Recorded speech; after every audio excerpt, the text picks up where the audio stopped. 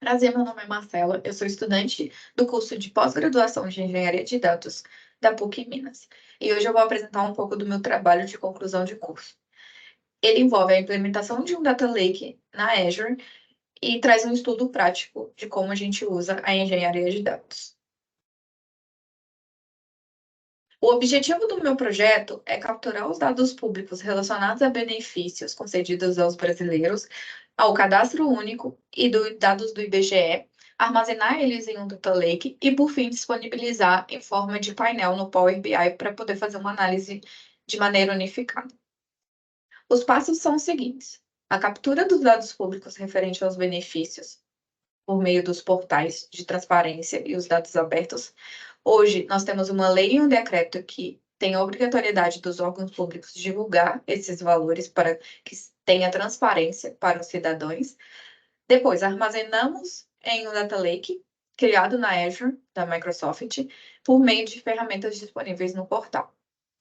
Depois, criamos os indicadores referentes aos municípios do Brasil e aos benefícios distribuídos para os cidadãos. E, por fim, a criação de um painel em Power BI para poder fazer a análise dos dados. Aqui a gente traz um pouco da arquitetura da solução proposta, que envolve a captura dos dados abertos, né? A gente tem em formato XLS, CSV. A captura desses dados é dado por meio do integrador Data Factory, que é uma ferramenta disponível no portal Azure. E ele faz a captura da origem e faz a gravação no Data Lake na primeira camada.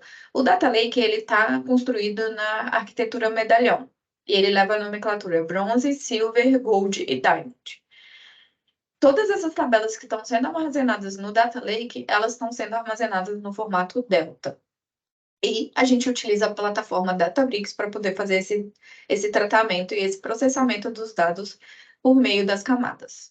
E também a conexão com o Power BI.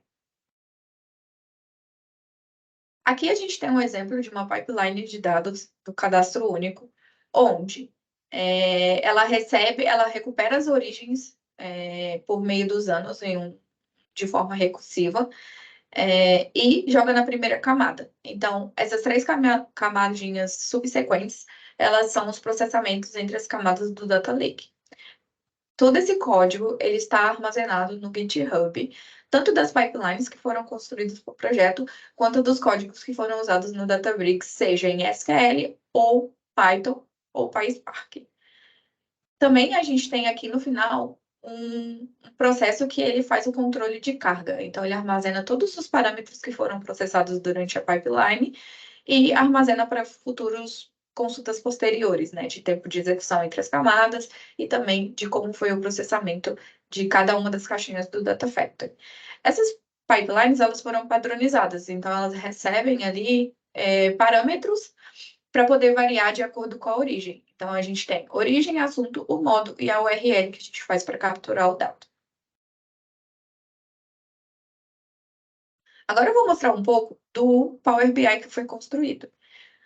Aqui na primeira tela, ela traz um pouco de como está a distribuição da população no Brasil. Então, a quantidade de pessoas ali por estado.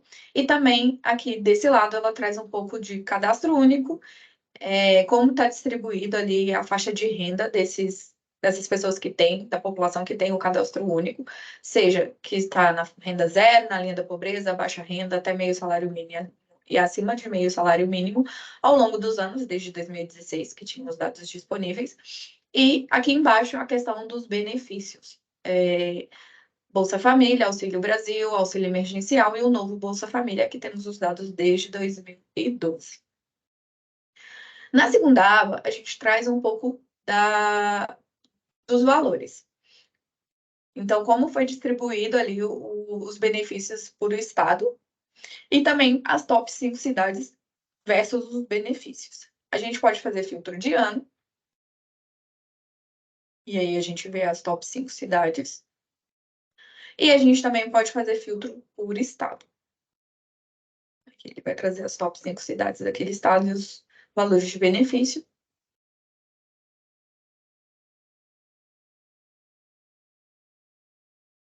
E também a gente tem a questão do filtro do benefício, caso a gente queira fazer alguma análise voltada só para o benefício. E aí aqui também a gente traz as top 5 cidades.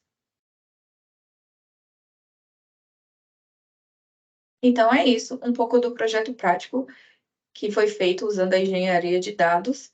Ela se torna crucial por conta da volumetria de dados. A gente tem histórico de algumas origens desde 2012. Isso contabiliza, no final, mais ou menos mais de 4 bilhões de registros.